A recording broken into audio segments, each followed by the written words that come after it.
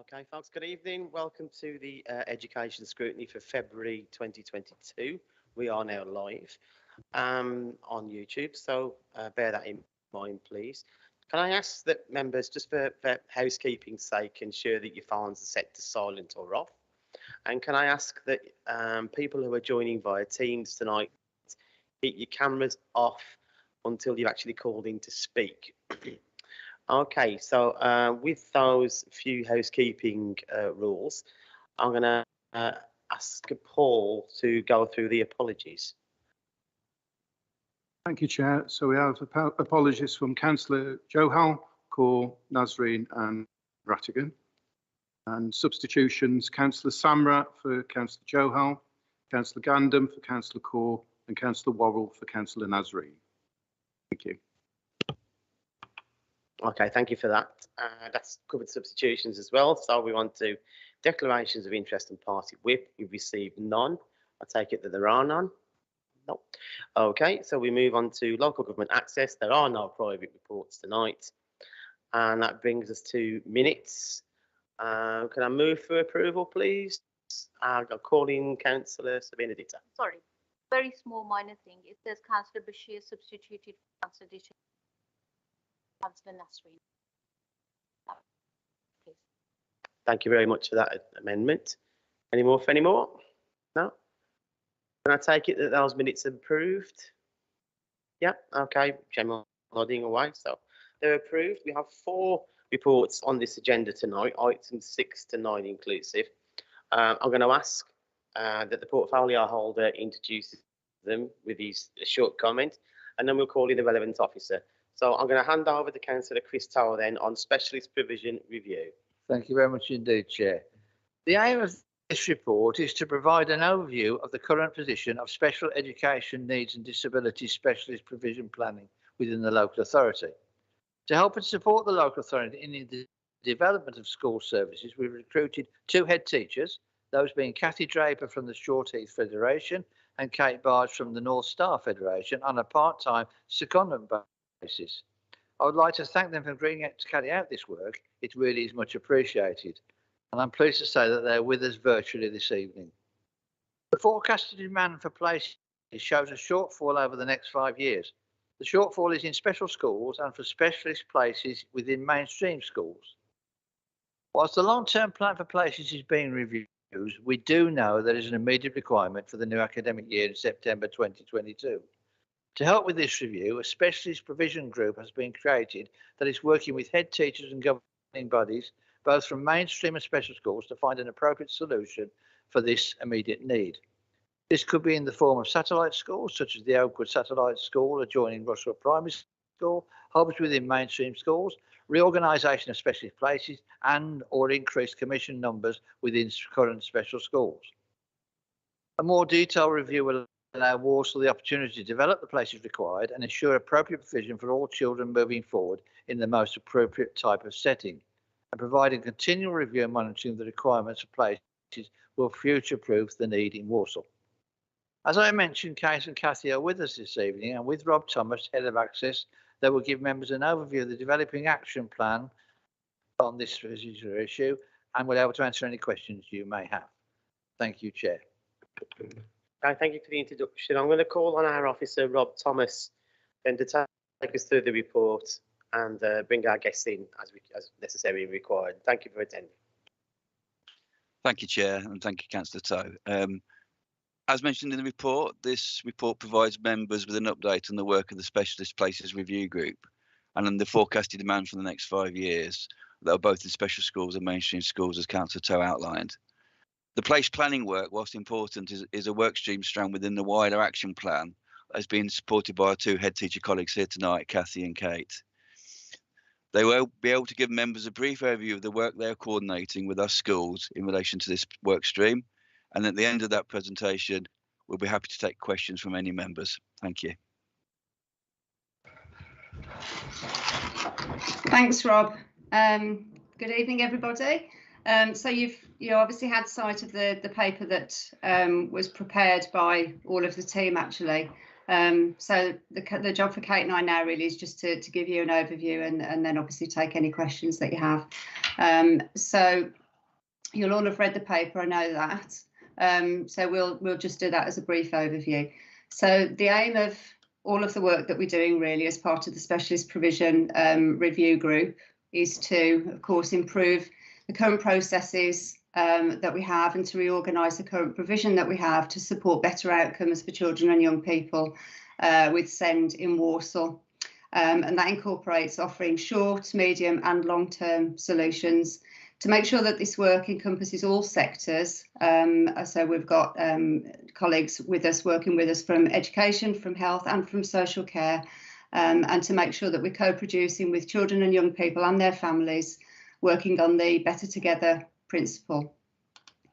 The action plan's divided kind of into two clear themes, really. All of the themes interweave and all of them have equal importance, whilst some are more urgent needs than others, but all have the overall vision of improving outcomes for our children in Warsaw with SEND. Each of the key strands of work really can be grouped into two themes. Firstly, around the protocols to support inclusive practice, and then the review of specialist settings. So when we look at the strands of work that fall within inclusive practice, looking at the diagrammatic representation that you've had on your paper, that incorporates high needs funding, it incorporates data, and particularly being so remodelling, reviewing the current position that we have for high needs funding that was adapted last year, and then extending that work into early years. Data, what data do we have? What do we know about the needs of children? What do we know about provision that we have and gaps around that? Inclusive practice, so supporting schools and looking at different ways of supporting schools to be able to support the needs of children, both within mainstream and within specialist provisions. A strand of work around developing a specialist inclusion support offer, so making sure that schools have got the services available to support them to meet need in an appropriate way. Looking at service pathways from birth to 25 and the routes that children and young people take through those. Looking at primary to secondary transition and developing a team around the child model for that, as is the case currently for early years. And then looking at all transition points, particularly around early years and post 16. And Kate will go on to talk to you then about the work around the review of specialist settings. Okay, thank you, Kathy. So whilst it's our inclusive vision and the legal presumption that all children, including those with SEND, have the right to a mainstream education, we must also ensure that our children with significant and complex SEND have also the opportunity to attend a specialist setting in a timely way. So a current review of specialist places, which includes our special schools and also our resource provisions, is currently focusing on the immediate need and the future needs. So we're currently gathering an accurate data set to enable us to plan for this provision. So we've looked at the data, we continue to look at the data, and we're constantly reviewing the data so that we can look at the short, medium and long-term needs. This will also, in time, also include the full review of our out-of-borough places that are also used for our SEND children and young people. Thank you. Rob, shall I pass back to you?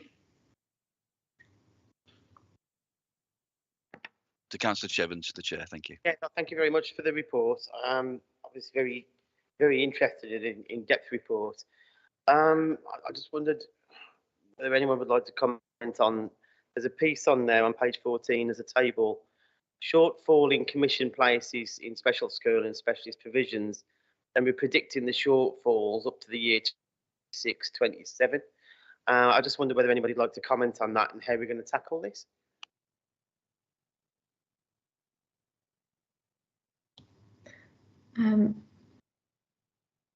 Rob, would you like to take that? Yep, thank you, Councillor Jevons. So the work that Kate identified is regarding the forecasted model, and some of the solutions that we have at the moment are discussions with our existing special schools about increasing capacity, but that may be through additional commission numbers in existing accommodation or some remodelling of accommodation to create some additional places. I think one of the key work streams that Kate and Kathy are leading is the hub model, which is mentioned, referenced in the report, regarding how additional places could be found within mainstream schools for some of our EHCP pupils who will be able to be educated in a mainstream school rather than in a special school. And there's a work stream that started, and today we've met all of our mainstream head teachers to discuss an expression of interest for September to become a pilot project for cognition and learning or autism area for those additional places. So that's the key focus for this immediate September, whilst we develop the wider strategy for additional places. The long-term strategy does include feasibility studies on the building footprints that we have, how we can expand on our existing schools, how we can remodel our existing schools, and also where we may need additional accommodations through additional buildings or ultimately maybe a new provision for the borough. Okay, thank you for that answer. Any other questions or comments? I've got Councillor Suki Samra. Thank you, Chair. Just coming back to the shortfall there. In the 2023 column, we've got 25. Why does it drop when we look at the other columns? That's my first question. Also, Rob, you mentioned there on the expansion of existing provisions. Existing provisions would say that they're already to full capacity and they've got no space to expand. So, you know, I find that a bit difficult of how we would really move forward with it. There's also the problem of over prescribed schools at the moment. So asking them to take more pupils, is that really a problem fixer for this? Thank you. Thank you, Councillor. So the answer to the first question is the modelling numbers does take account of the existing children in the year groups as they work their way through the school system. So we know there are different numbers of children in each year group. So as they work their way through the system out and move out of the school at year 11 or year 13, depending if they were post 16, that would produce an annual difference of how many places are needed. There is an assumption of a growth pattern built in, so a 6% increase has been built into that model going forward, but there are differences between the number of children in each year group, so that's the reason for the difference in the model. With regards to the additionality, whilst there would be some opportunity to remodel existing provision to increase capacity, we are talking about a significant capital strategy to expand our existing provision. So that does take into account where the sites have availability to put additional buildings, whether they are modular or permanent expansions on the site. That would be through our capital strategy that will come back through members before on its way to Cabinet for a decision to increase the capacity of the school system. Okay, I've got Councillor Sabina Ditto indicating. Thank you, Chair. I'm just following up on Councillor Samra's point there about schools being overprescribed, and we know there are cases where I've had to deal with it, and I'm sure other councillors around here and there will deal with. I mean, just in the last few weeks, I've dealt with 5 children being out of school. This is for the past 6 months. Can we have some assurance that this is not going to be sent children? I'm not saying other children are not important, because I was very concerned when I heard about those children, and that it's only when I stepped in that they got some response and some things happening in the process. Other than that, nothing was happening. So children are out of education for 6 months. This is normal children, and we know the disruption that has on their education and the impacts. But now my concern is, will this impact SEND children? If we know schools are overprescribed, we're expecting them to take on more numbers. Can we have a reassurance that we're not going to have any SEND children out of education for a long period of time? Because if you let, for example, autism, children with autism, majority of them need routine, and if they're out of routine, then trying to settle them into a school after being out of school for so long will be very difficult, and obviously the impacts that will have on families and the pressures that will have. So I'm really concerned. So I want some reassurance, and I'm sure other councillors and residents will want reassurance. We're not having any SEND children out of school. I've got Christo indicating he'd like to come back in on that. Well, obviously, Councillor, I'm concerned to hear what you're saying. I mean, there's a statutory duty for a child to have a school place. So to hear that you've got 5 children that have been out of school for 6 months, have you raised that with officers? And have you raised that with? Obviously, education officers. I'm going the admissions team. Yeah, So obviously I've dealt with the chief executive. It's been dealt with now. Obviously, It's been dealt yeah, with. it's been dealt with. The So the process children has are been, now in place. they've been given places or on the process of going, and obviously this is something I was going to raise later anyway, because I'm really concerned with the way things are done and the responses and how long it's taking for responses and updates as well. Well, there are a process, of course, to get Yeah. children into school, but Yeah. there is a statutory duty to have Yeah. a child in school. Yeah. So if there are any particular issues, you do need to raise that with the Yeah. senior officer, with Sharon herself, because clearly that's not acceptable. I'll call in Sharon just to comment as well. Yeah, no, just to say thank you very much. Yeah, please do get in contact. That hasn't been raised to me. I'm more than happy to take on those individual cases outside. And then just to talk through about the assurance and the process, that's exactly why we put together this special provision group. And actually the most important bit about this work, yes, we've got a good idea of what the need is and what the growth is and what the demand's going to be, but we are working in partnership with Kathy and Kate, two of our head teachers here. We're working in partnership to fix that with the schools. So the assurance is the plan that will come in place will be a joint plan agreed between us and the schools, hence it will then happen. I think one of the big barriers would be if we were trying to do this alone and trying to impose things and not doing it together. So I think one of the key, and I can see Kathy nodding, one of the key things here is that we're doing it with our schools. We are coming in with the solutions together, and it will happen. And we will continue to come and report back on the progress of this through scrutiny as well to give you those assurances. Okay, I've got Councillor Sammer indicating, but I want to try and be inclusive. I'll call you in a second. Is there anybody else wanting to ask a question or comment on this? Councillor else, I'll call you in after Councillor Sammer, okay? Thank you, Chair. This comes on to the creation of a free school. The report says may have to review the need for a SEND free school. I'm a bit disappointed with the narrative there. We know there's a demand, so shouldn't we already be putting the process in place ready for when these applications open in spring 2022? Absolutely, and we are putting processes in place, hence our report to you on the processes we are putting in place, which is to look at the need, to look at what can and should be accommodated within our estate already. We have got fantastic schools. We've got an improving school system within Warsaw, and we have got some very, very, very experienced and good special schools. So absolutely, we should do the hub model, as the team have spoken about, which is to extend that knowledge. And it's not just about the provision on the special school side. Actually, the hub model is about provision on our primary school sites. You will know from our scrutiny reports previously on admissions, our primary school numbers are low. We had the rise, which is now coming through secondary. There's now space in primary. That can give a financial challenge to our schools, but actually we can use those for some of these hubs that we are talking about. And then what that does is bring the specialist support from the special schools back into our mainstream schools, supports those children in the communities, in their school communities, in their home communities, but also helps to train the maintained staff as well in that specialist teaching, etc. So hence why we're going with the hub model.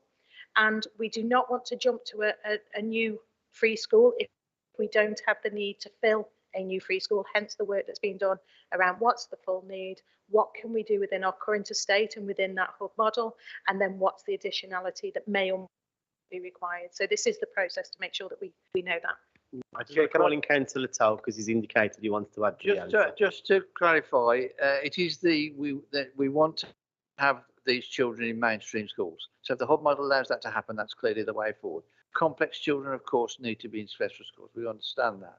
And the whole purpose of this review, as Sharon said, is to ensure we have the need for the free school and we can't accommodate it within our current estate. That's very important. That's the purpose of the review. And a lot of good people are looking at this issue for us, and we'll come back with a solution through Kathy and Kate's work. Just on that point, to follow up there, Chair. So we've talked a lot about expansion. You talked about partnership. So it will be a partnership. We're not going to impose this on schools at all. Well, I think we've already demonstrated that, because of the team of 4, 2 of them are head teachers. That's absolutely the partnership. And Kathy and Kate, I don't know if you would like to come in and give assurances there. Yep, Kate, if I can bring you in. Yeah, absolutely, Sharon. We've had a really positive meeting today, actually, our first hub meeting. So we sent out expressions of interest, sort of following giving some initial information about sort of what the hub models will look like. And we've had a really positive meeting today with primary, secondary and our special school colleagues. And I think the appetite to work in partnership, it was overwhelmingly positive today. People giving lots of new ideas, being very creative. We very much said in some ways we absolutely have a plan, but actually we want to carve out the plan together. And I think they feel very reassured about that. And this evening I've had quite a few expression of interest to sort of take those conversations further. I think we've explained to some schools sort of the urgency for September or the autumn term, but they also fully recognise that actually some schools may not be in the position for autumn, but actually maybe next year they may be in a better position in terms of capacity within their schools. So we're having people that say, ultimately, we may not be able to do it for this September, but we would like to do it the year after. So I feel that's really, really positive. And actually, it's very much a working in partnership as we sort of carve this out together. So, yeah, definitely, I think we've got a very positive start to this work strand. Okay. Calling Councillor Elson has been quite patient. Oh, yeah, we've heard a lot about new places and the hub, but I haven't seen anything to indicate change in staffing, or, you know, how will the current, are we going to see an increase in staffing in to deal with the children? Is there going to be a recruitment drive? Because, you know, I think we probably all welcome the new model, the kids having a good education, but make sure that the schools are resourced and have the trained staff to deliver the education that we all want the kids to have. Yes, no, absolutely. So there'll be the same funding, so capital and revenue, as with all other school places. So yes, there'll be the physical places, but with that growth, obviously the funding will come, and the staffing from either the mainstream school or the special school will also be developed in line with the need as well. Okay, Councillor Lee. Thank you very much, Chair. Just going back to expansion of existing provisions within schools, what criteria do the schools have to meet to qualify for expansion? Is there like an exclusion criteria, or what is it? Okay, so there's two answers to that. One is physical and one is quality, really. So they need to have the space for it to be, hence Rob was talked about the feasibility studies that are currently underway. We need to have the space because it needs to be fit for purpose, and we need to have the space to be able to expand. But also it's about quality of provision as well. Like I said, luckily we have got really good and outstanding special schools. The quality of our and the quantity of our schools that are good or outstanding in the borough is increasing at a higher rate than national, and we would be expanding on good and outstanding provision.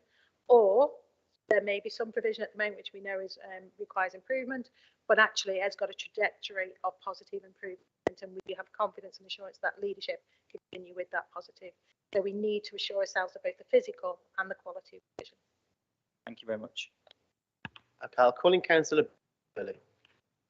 Just listening to this discussion at the moment, I'm always concerned because sometimes there have been instances children with special needs have been put in schools who do not know how to even deal with a child with special needs. Quite frankly, I've been a governor at Elmwood School for 4 years and I can't remember, but I've just been to a meeting there now. There have been many a time an instance where the people in charge, and I'll put it nicely, will go into the school and say, you will take this child, and that would be to a mainstream school. That mainstream school cannot cope with that child. So you're doing this harm to the child, to the reputation of the borough. So I do hope that none of that is going to happen. We want answers and we want placements for these. We want the right placement, not just you will take them attitude. We absolutely agree, Councillor Burley. That's the whole point of the provision and the plan, that we can expand and we get the right places for the right children in the right places. But actually, I think what's really important for what you've just said, there's two things I think we need to remember, and sometimes we do forget. There is a legal presumption, not a choice. There's a legal presumption in law that every child, including child with SEND, is educated in mainstream education. Every child has a legal right in law to be educated in mainstream education, including children with SEND.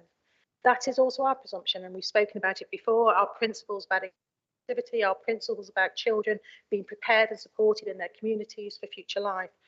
But we do know there are specific cases where children will need specialist provision. So this is about making sure that we build that mainstream provision with that specialist support and advice for those teaching and staff through that hub model, as well as the special school places. And one thing that we haven't spoken a lot about tonight, and I will take responsibility for that because I have given direction to the team to keep it focused on the special provision aspect. You'll see in the action plan, a lot of the work as well is about inclusion. That first principle that Kathy mentioned is about inclusion. So a lot of the work as well is about training up staff, supporting staff within our mainstream schools to be able to support these children. So when the children are with them, they are able to support the needs that they need. So we are looking at the inclusion, the training, the hub model, which will be developing that need and support within the mainstream, and the specialist school places, so that when a child does need that special school place, there is one available. Thank you very much for the answers.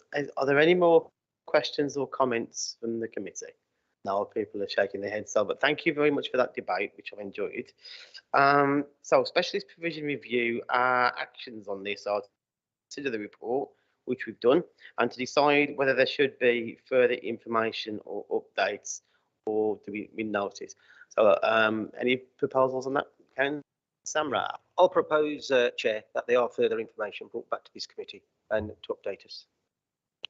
Okay, I've got Councillor Elson seconding off the mic. So, okay, yeah, that's the vote. Everybody agree with that? Yeah.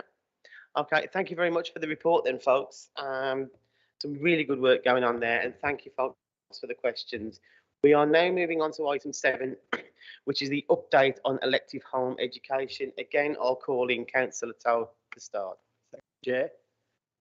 The aim of this report is to provide the current position concerning elective home education, or EHE, and an update on how Warsaw continues to meet the statutory authorities responsible with regards to EHE and to explain the data. It also updates members on the work around EHE since the last report came to the committee in January 2021. The report advises that the numbers of EHE has reduced to 380 open cases as at the end of December 2021. This is a positive trend and it is welcome. In addition, the report updates on the work of the team in supporting families who choose to home educate their children due to the pandemic, and mentions the additional staff members that have been recruited to support those families. Rob is with us, of course, and we'll be able to answer any questions members may have on the report. Thank you. Thank you, Chair. Thank you very much for that introduction. So I'm going to hand over to our officer again, Rob Thomas, who will take us through the body of the report. Thank you, Chair, and thank you, Councillor Towe. As Councillor Towe mentions, this report does build on the previous report that came to scrutiny in January 21. That report highlighted the statutory functions that local authority does do with regard to elective home education. And this report updates and highlights a number of key points, which Councillor Towe has already mentioned, which included the reduction of the cohort of pupils from 463 to 380, the increase in the staffing, which is as we can now offer a personalised service and more interim visits to our EHE community, and particularly around those families who chose to become EHE during the pandemic period due to anxiety concerns, and we can now have a regular dialogue and conversation to encourage them where appropriate to return to schools. The other thing to say is a positive outcome of a quality audit that was undertaken, and I think it's important for the team and the service that there's recognition within our wider Children's Services Ofsted ILACT inspection. There's a robust oversight of children who are EHE and strong partnerships with schools through our new EHE policy of pre-EHE meetings, and also engaging in positive relationships with families and schools. Thank you for the report, and I'm happy to take any questions. I'll call in Councillor Ditter. One of my concerns I've always had with elective home education, and then I've read it in the report, is about safeguarding of the children and the fact that are they in this country? You know, because you hear of cases where parents have sort of said we can have an elective home education for their child, and then they've taken abroad and they're there, and then obviously it says here you've got refusals of visits for over 6 months. So what's safe? How have you known that these children are safe, and that you know, there isn't anything going on and that we haven't neglected these children as a local authority. Just say, Chair, it's always been a concern of mine about elective home educated children. I remember being on children's scrutiny about 10 years ago when that child in Birmingham, I don't remember, I think it was Victoria Columbia. And I remember saying, what are you doing to go into homes to make sure these children are safe and well? And they said, we're not allowed to, councillor, you know, the law, and nothing's really changed. Unless safeguarding issue is raised, and Sharon will explain that better than I will, then clearly we have no recourse to going into children, no access to home. There is a visit initially, isn't there, when a child, then parents choose to home educate a child. There is an initial visit to make sure that things are put in place appropriately. But thereafter, I think it gets a little bit difficult. But Sharon maybe could explain better than I have, but that's always been my concern, I'm sure. Thanks, Sharon. As Rob spoke about, we've also upped our team. So we actually do a pre-EHE conversation. So before any parents or carers wish to EHE, then we have a real conversation about what it means and what the expectation is, etc. And we have had quite a number return back to education from that pre-EHE meeting. Once they are electively home educated, yes, we have to do an annual assurance that what they are delivering is of quality. But we do more than that. So we do RAG rate our families and our children to make sure that any that we feel are not engaging and are not assuring of the quality, then we can't force a visit. We do, and actually we do request them, we do have them, and the majority of our families are really good actually and really accommodating and work with us. But if we are not assured that they are not providing a good quality education, and that assurance can be because they're not engaging with us, then we will go through the statutory process where we will inform them that if they don't engage, we will then be putting them back on school roll. We'll put them through the admission process and we will give a direction for them to be admitted back into school. So we do have that assurance policy and that process in order to ensure that. Councillor Burley, do you still want to come in? Yeah, okay. It's just a bit of a worry I have, because I remember dealing with a case where it was the granddad who came to see me, and even in my patch, but it doesn't. Worried sick about the grandchild, but it's home tutoring, never out of the bedroom, things like that, and I just have concerns about this sort of thing. I heard what you said, how far you can go, but is that far enough? So,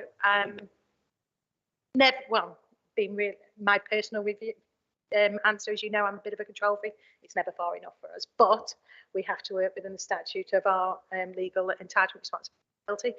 But what I would say there, though, is part of our job as a local authority is also to give out the message that actually safeguarding is everyone's responsibility, and that's a key thing that we should be doing, and we're doing very well through our Safeguarding Partnership Board, because where, for example, a family member or a member of the community has concerns, they don't need to refer that to us. They can do direct referral to safeguarding, etc., in order to be able to be picking up any of these concerns as well. So we do need to be doing and continuing a lot of that work around making sure that safeguarding is everyone's responsibility, everywhere within communities, health, GPs, anyone who's visiting a school, neighbours, family members, know if they have concerns that they can be raising it as well. Because the more eyes and ears that we have out there, the better and safer everybody is. So there is a sort of, a joined up approach about trying to assure ourselves of that. And just one of the things to make scrutiny aware of, there is a consultation out at the moment as well for electively home education, because at the moment there is a request that people inform us that they're electively home education. There isn't a statutory responsibility to keep a register, but that is out for consultation at the moment as well. So I'll keep scrutiny members updated as well of how that progresses. I think that will support with that safety of making sure we know who is as well. Councillor Samra. Yeah. Thank you. I'd like to explore more the charter at 4.3, and maybe Sharon can help. So Sharon, we've got 11 children there. This is the period between the 1st of September to the 31st of December 21. So you've got bullying 3, other 4. I mean, I'd like to know what other 4 is. Conflict with school, awaiting further information, and short-term intervention. So were those resolved? Where are these children currently in the system? So these are all the children that are in our system. So what this graph is showing you is the reasons. So we have a really in-depth conversation with the children as well as, and the young people as well as the families about why are you choosing to EHE. We have also historically gone back, especially where we've had a concern that there may have been a lot of EHE choices from specific schools which buck the trend. So what we do is go back and have the conversations with the families and say, can you just talk us through your reasons for it? Because what we need to do is we need to understand, first of all, let's be honest, the principle of elective home education is a right for people and can work very well for children. But we need to make sure, and the word is, it's a positive choice. So parents are choosing to do it because it's a positive choice that they think it's the right thing to do for them, their family, and their child or young person. If it isn't a positive choice, we need to know and understand that. We need to try and intervene and support to try and see is there something else. So, for example, Rob explained that we had some returns to school. So this will have been where relationships may have broken down. There were incidents and tensions between the families and the schools. The answer was, right, well, we'll electively home educate. But actually, that's not a positive choice. That's a negative reaction to the situation. So we have sat in, we've mediated, we've had conversations with both the families and the schools, helped to resolve any anxiety. And actually, we've had children return back to school and not electively home educate. So that is all of our cohort. They are the main reasons why. And this is just to give you assurances. We look and we deep dive into what those reasons are. What can we do? And I mean we as a wider borough council in order to support when we find that out. But also we do look at trends. Are there areas, are there schools? Because one of the things that we are aware sometimes is that EHE can be used as a supportive method given to some parents for their child not to be at that school. That isn't always the right approach as well. So that will help us to identify if there are themes or high numbers within schools where actually we've got an issue that it may be being used not for a positive choice for the family. Okay, Councillor Lee, just before you do come in, is there anybody else want to come in on this? Kerry Murphy after Councillor Lee. Thank you very much, Chair. The report mentions that there's different support packages that are available to reintegrate the children back into school. So what exactly does this entail, and are they successful normally? Thank you. Thanks. I'll pass over to you, Rob, if you want to talk about the team and the increase in the team that we've put with the additional support staff. Yeah, thank you, Councillor. One of the reintegration packages is around the additional member of staff for the emotional literacy. So, and it also answers previous councillor question regarding short-term intervention. A number of families choose to take their children home education if they haven't secured the school place of choice. So they are on a short-term intervention whilst they're pursuing their appeal or their opportunity to get their school place. As part of that, the team offer additional support for both their academic or their emotional, their social needs. We've employed an emotional literacy support officer, teaching and support guidance, help with school applications, to try and encourage and wherever possible to reintegrate the child back to school as soon as possible. It's a new adventure for us. Now we've increased the team. It's helping not just the recently home educated children from the COVID period, but some of our long-standing families have had that access to that personalised visit and that support and the understanding that schools now, because of their becoming more inclusive practice, they can support their children back in school, and that's seen a positive reduction, if there is such a wording, positive reduction in the numbers of the cohort.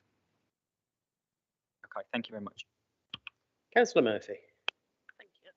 A big reason here seems to be, is that the parents or is that the children? And what can we do with the pastoral care put into place to maybe get them back into school? No, absolutely. And the easy answer to that is both. And actually, if there's anxiety with the children, there's always anxiety with the family as well. So it can be both. We see a lot, as you could see, the rise through COVID, where we actually had an increase. And I think the reduction and the returners to school has shown that some of the work that we've been doing with our families has supported that.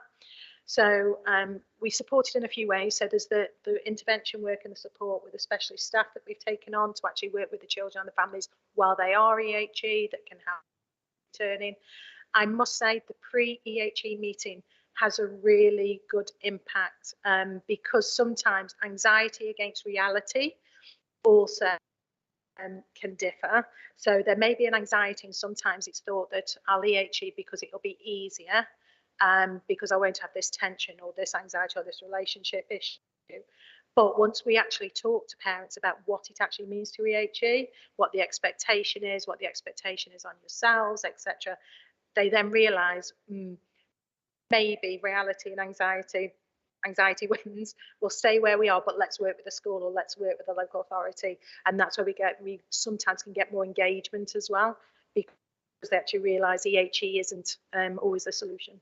So yeah, it is both. We try and work with both and support where we can. I'm going to call Councillor Sam and then Councillor Ferguson. Yeah, I'd like to know, on the EHE, where do we sit with similar type boroughs and how do we compare against them? Thank you. Yep, Rob, do you want to come in here? I mean, our numbers are very positive actually, but yeah, I'll let Rob come in.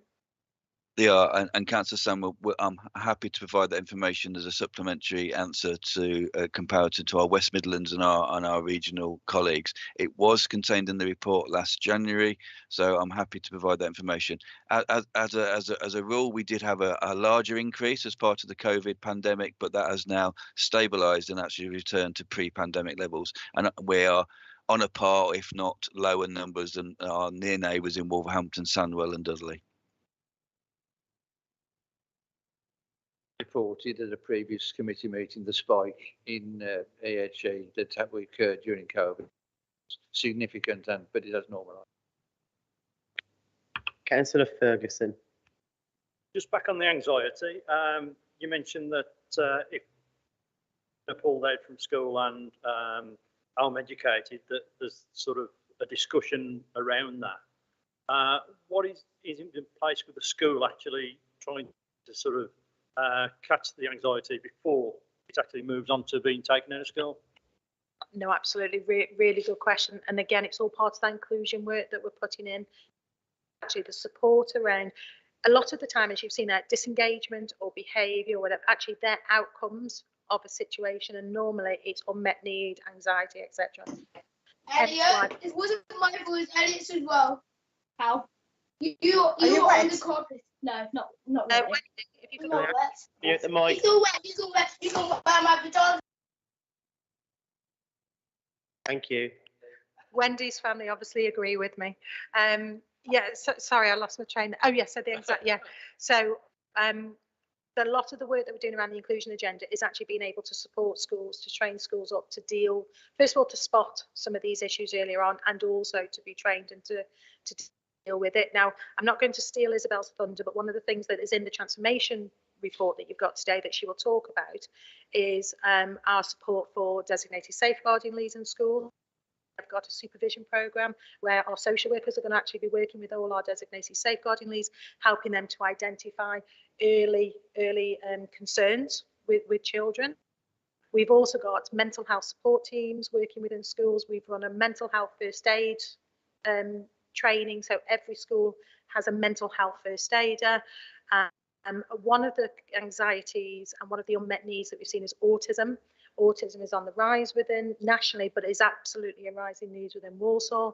So we have commissioned Autism Education Trust, who are specialists in this, and they are running a full programme training all of our schools for autism training, autism awareness. We have a toolkit that's been developed, one for early years, key stage, primary, secondary and post-16. And I think Kathy mentioned the early years toolkit early on. So we are putting a lot of support and training and programmes to help with that early identification, to help support so that we don't get to a position where the children either can't cope in school or don't want to be in school.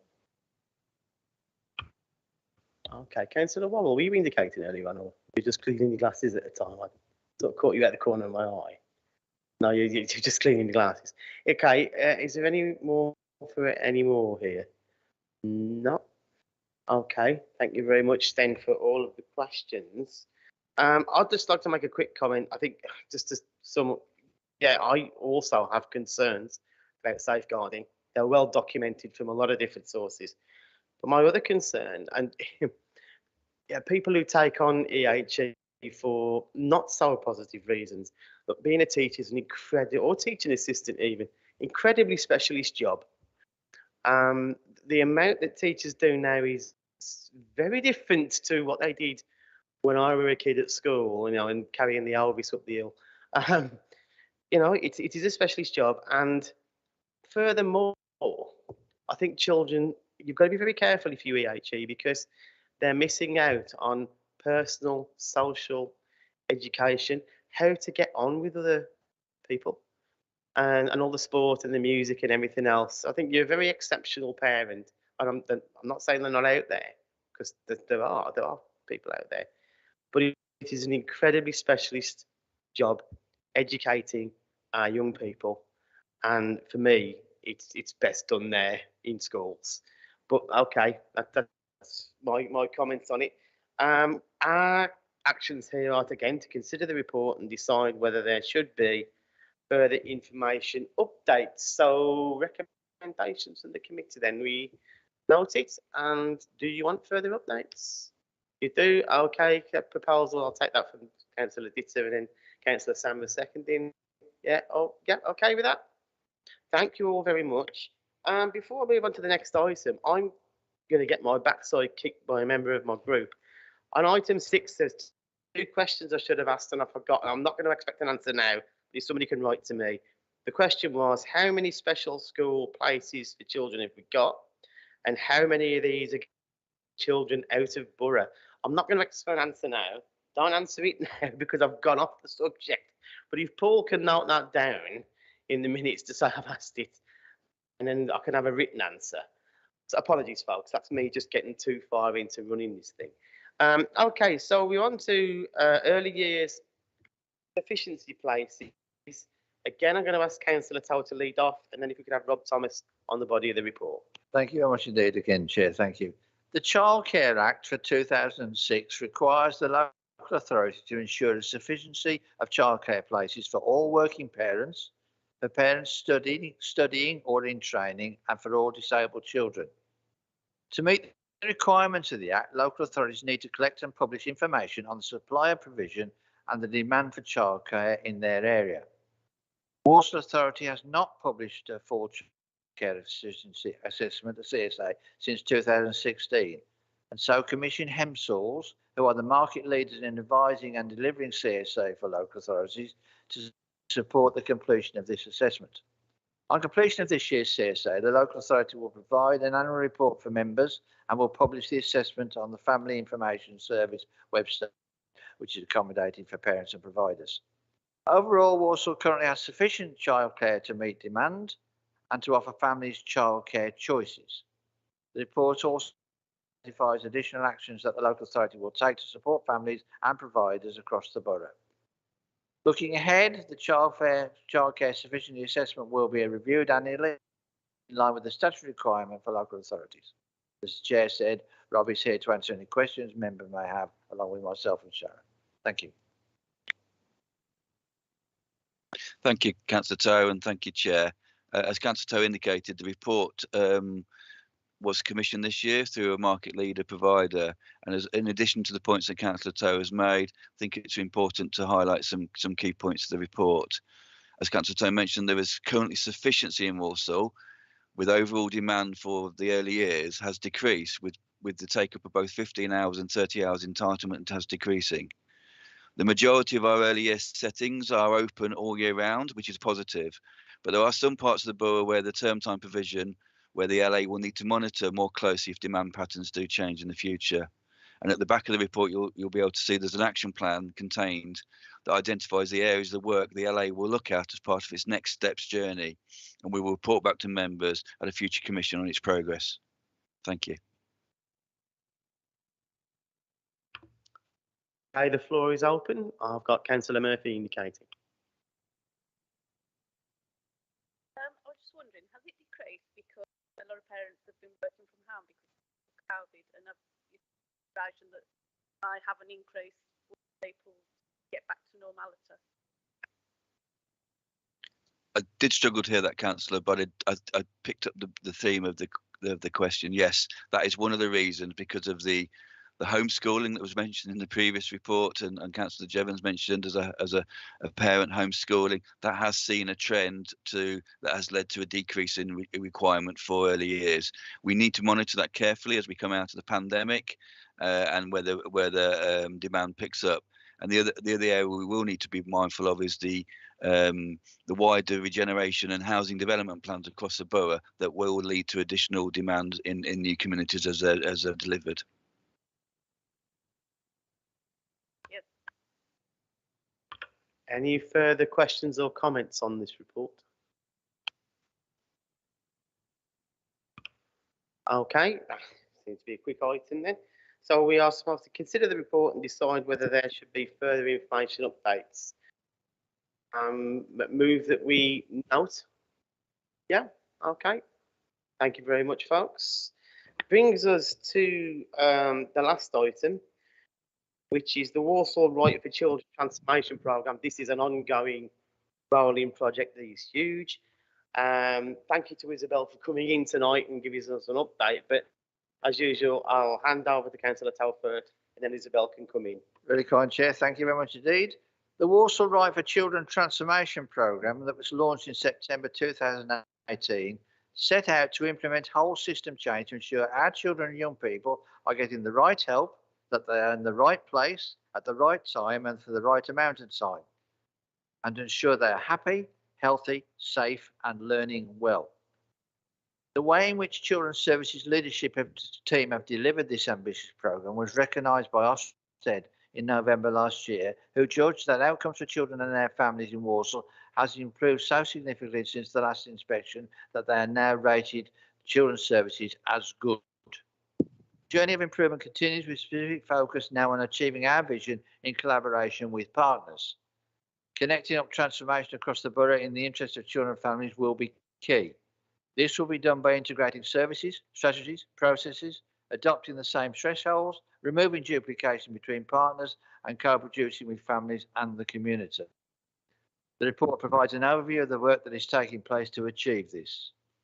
Isabel is with us, as the Chair said this evening, to answer your questions that you may have. Thank you. Thank you, Chair. Come in, Isabel. Thank you, Chair. So the report just gives an overview, as Councillor Toe introduced, to the work that we now starting to do with partners. So significant work over the last 4 years in terms of getting Children's Services, the 3 directorates working really together and looking at that system way of working, which had some really good outcomes. But the work now is ongoing with partners, and we're making some significant progress on this. So first of all, in the report, you will see our partnership with children and young people, because they're the most important partner in this. So we launched that big conversation program in when we started our transformation program, about really putting children and young people at the heart of our decision making, and we want to continue that with partners. Hence why in the summer we did a daily conversation program. So we used our holiday activity and food program and the relationship that social workers, early help workers already had with children, to have conversations about what is it like growing up in Warsaw, why do children feel that Warsaw is home, and what do we need to improve, what's been the impact of COVID, and then also understanding from their point of view, what does being happy, healthy, safe and learning well, what that means to them, and what we can do to support them in achieving that. And really that's given us some really rich and valuable information to take into that partnership arena and start looking at those system changes that need to happen. So you will see from the appendix of the report the rich information that we gathered, and also from where we're taking that now in our partnership. So first of all, we are setting up a strategic, or we have set up a children and young people strategic partnership. That partnership will align to the Learning Alliance, which is a partnership that specifically looks at good outcomes in terms of educational achievement for children and young people. But some of those issues that schools and our education partners are discussing are wider system issues like mental health, like workforce development. And so those will feed into a wider strategic partnership with police, with our health colleagues, with our voluntary community sector, with our housing providers. And from that, we're also having discussions at a Black Country level as well. So we are starting to have a really focus on children and young people agenda in Warsaw, led by children and what children and young people are telling us, and really feeding that into a system change approach. So putting the child at the centre and their lived experience and making sure that we're improving outcomes. And again, from Appendix 2, I think it was, you will see a plan on a page. So we're starting to articulate what is it we're setting out to achieve. How are we going to achieve that through our locality working, workforce development, evidence-based made decisions, etc. And then the outcomes that we are looking to achieve. And you will see a blank piece of artwork that still needs to be identified, because we're working with children and young people to visualise what growing up in Warsaw looks like, and that will become part of our visual journey and plan on a page. As you can see from item 3 in the report, we're strengthening our partnership with the voluntary and community sector, because what the Holiday Activity and Food Programme has taught us, that connectivity of children with their community delivers not only kind of short-term outcomes in terms of being happy, you know, getting to know new friends, being more healthier, but actually by being connected, by being supported in the holiday activities, it also has educational benefits in terms of better attendance to school. So we are working with schools and voluntary and community sectors to ensure that we connect children and young people to their community. And we're building the capacity and the capability of the voluntary sector in supporting children and young people as well. We then looking at, so what young people are telling us is sometimes it's not easy to navigate information. So we are doing work through the CAM work stream, the Proud CAM work stream, to enhance how people get information through our website, but also any professional that work in locality, so they have good information as well. So we've been doing lots of work on our website through the CAM work stream so people can self-serve. And we know again from parenting programme and the HAF programme that for lots of families that work, but only combined to good information in locality. So if people are not digital able, they can, you know, go into a voluntary sector hub, or they can go into a practitioner hub, and those people will also be equipped with having that information available. So that brings us to item 5. How do we support professionals, including school, in having the right information and supporting them? So 2 areas of practice where we do that. We have our regular time to talk sessions. So that's where we bring practitioners together and we look at thematic issues that they might struggle with. That could link from process-led, you know, early help reviews, early help paperwork, to actually thematic. So it could be that internet safety, mental health is an issue. So we bring specialist speakers and people can talk through some of the issues that they have and look at how they can resolve it.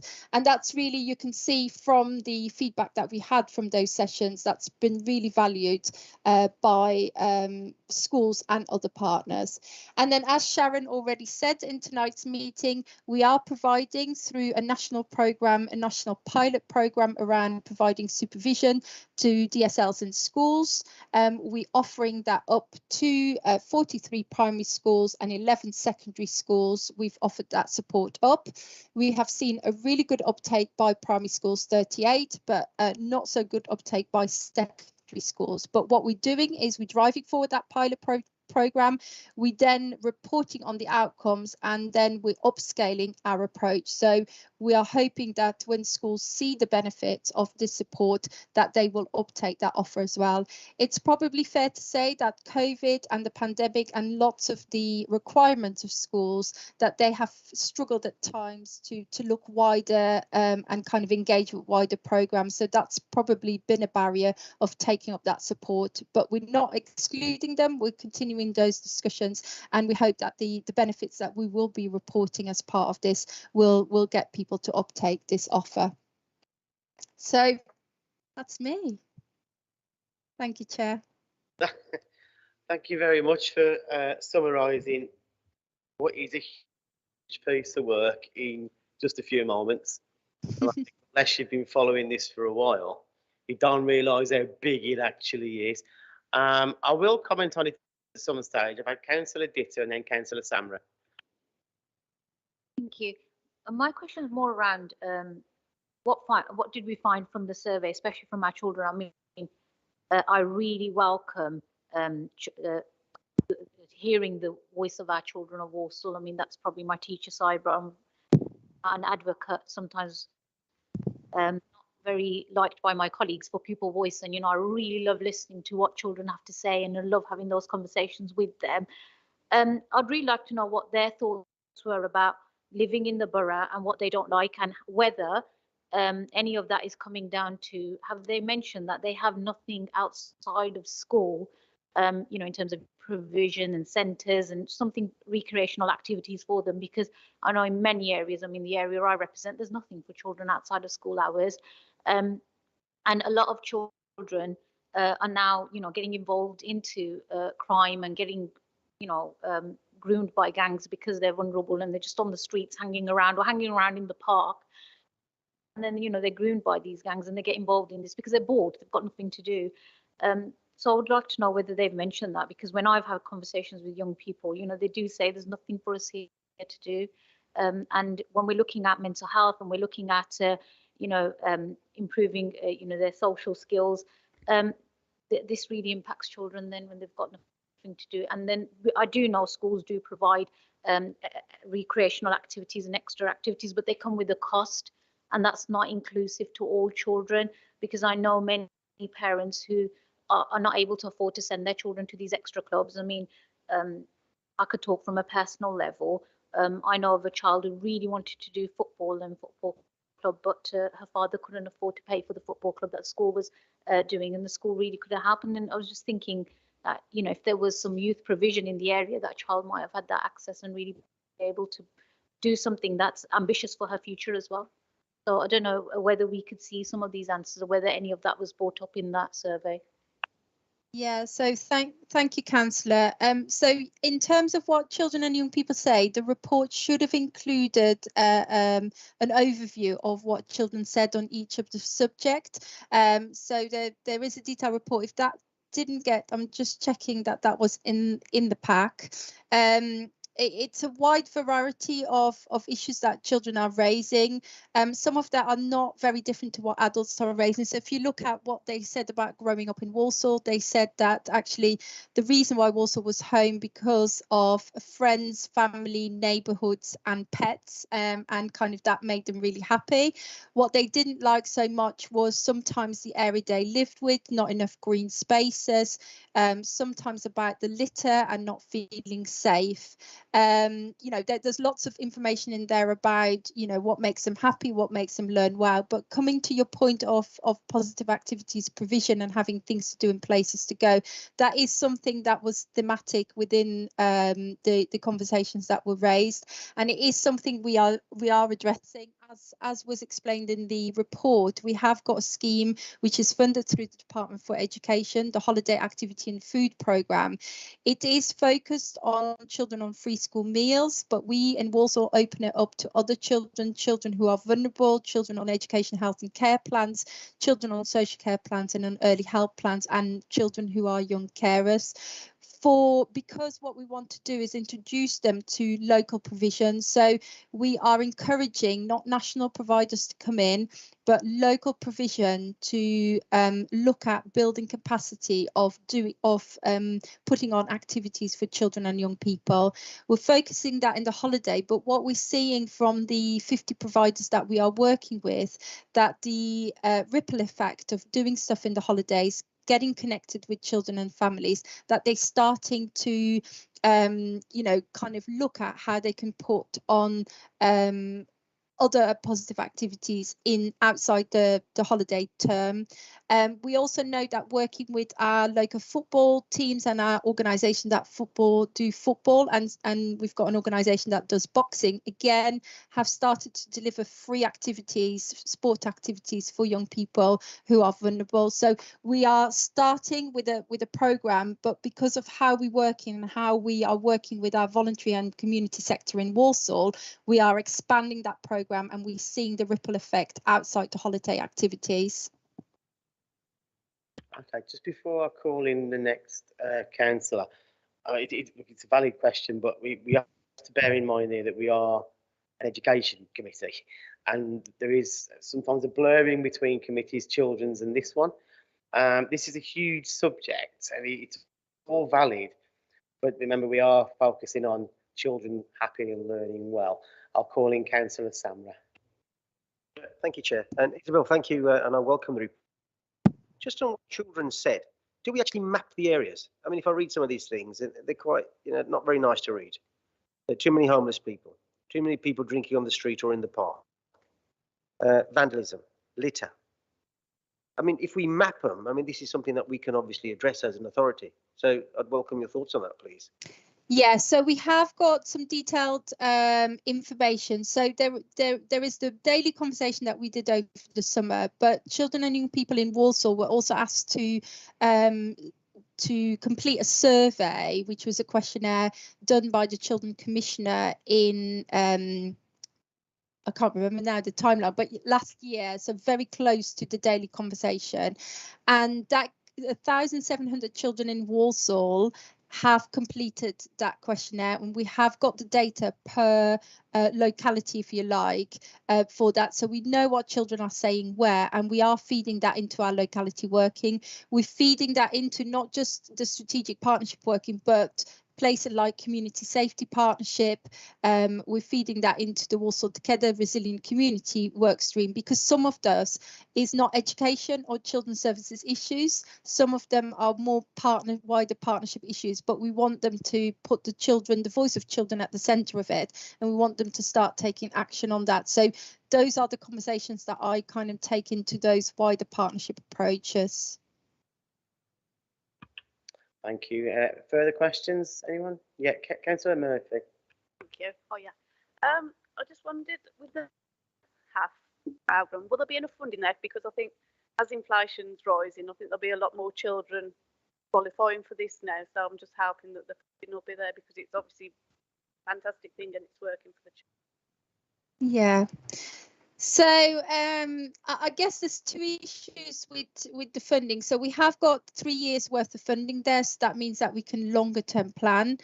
We have seen a rise already in year one from 14,200 children to 14,700 children being eligible to the programme. I guess we received the same amount of money from the DFE year on year. So the money doesn't go up depending on your engagement. So what the approach to our programme is to work with local providers to maximise the resources and capability, and to ensure that we've got sufficient provision. And at this moment in time, the way in which we work and kind of look at opportunities to have additional resources, to maximise the resources that are already there, we feel that there's sufficient growth to allow children that choose to be part of this programme A really good example is that we're working with the schools to enable them to open up their venues as kind of venues that we use in school, and that we're hoping to work with schools on not charging us for those venues. So those are kind of the ways in which we kind of saying the benefits are, there's better attendance of children coming to your school. So please, can you make your school available for free during the summer, so we could utilise that as a place to be. So the cost saving there, helps us to stretch the funding to allow all children that are eligible to take part, if they choose to do so. Does that answer your question? Yeah, thank you. And just to add, I think the model that Isabel spoke about previously, there was a conscious decision to work within a local model rather than bringing in national providers, and actually working with the private voluntary sector that we already have in the communities, because what as enabling, or hopefully will enable, is a sustainable model. Once the funding goes, actually there are other venues through those routes for us to continue that work, especially once everyone sees the benefits and once that grows. So that model should help with sustainability too. Councillor Lee, did you want to come in? Yeah. Thank you very much, Chair. I think this is a fantastic piece of work, and I particularly welcome listening to the voices of the children of Warsaw. I think that is really, really important.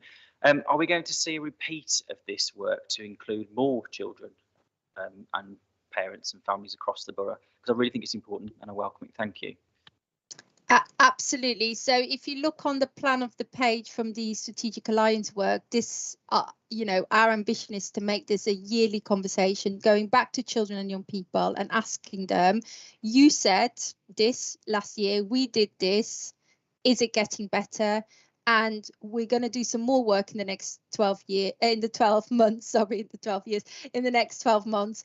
What else do we need to focus on? And so it becomes a real collaboration. We go out to a wider group, but then, as I said in the report, there are a number of active involvement groups of children and young people who are really want to be part of, you know, active citizenship. And what children and young people say is work with us. So we're looking to work with those groups to help us to deliver on those actions as well. So there's the wider survey. We want to go out wide to schools, to communities, and kind of allow children and young people to complete every year to tell us what it's like growing up and is it getting better, but then also work with those active involvement groups to get things going as well, to do the action.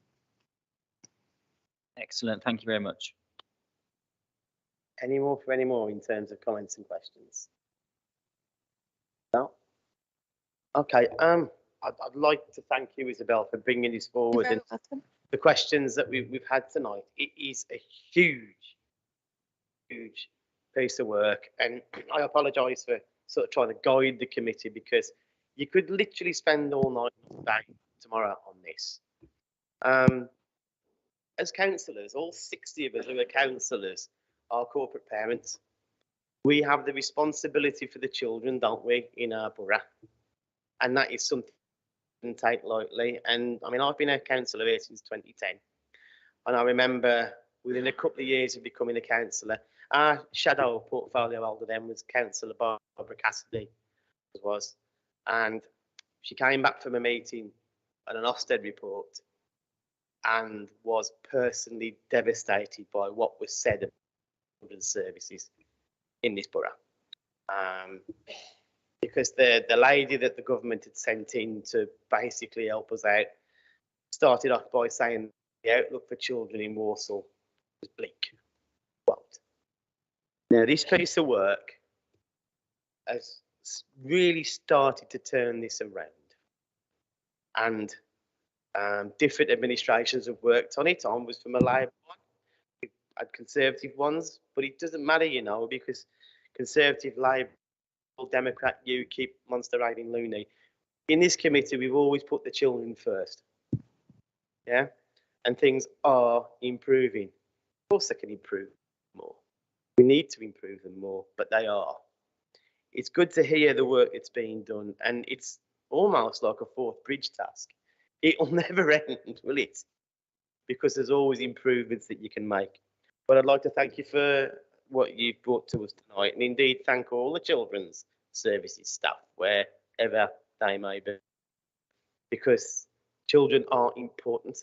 And I'd love to hear that, you know, the voices brought forward in these surveys and in these focus groups, because children are very astute and they're very honest, and they will tell you what it's like.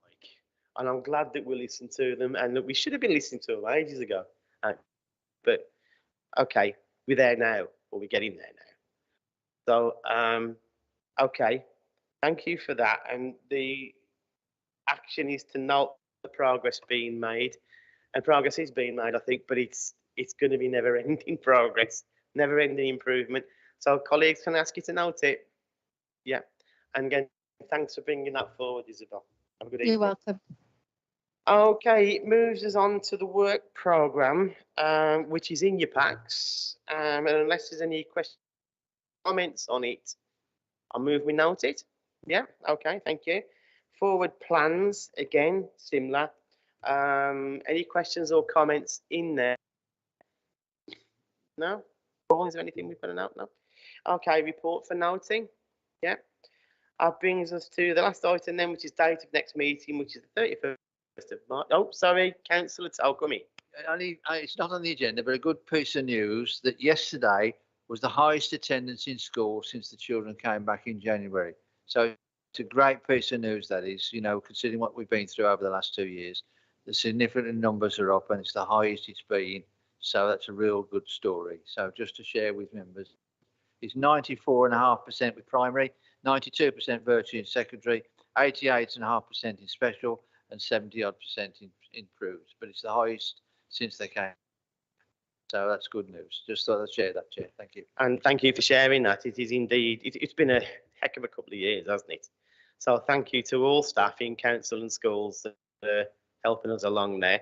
Yeah, 31st of March 2022 is the next meeting. Thank you for your attendance, your questions and contributions, and have a good evening. Stay safe.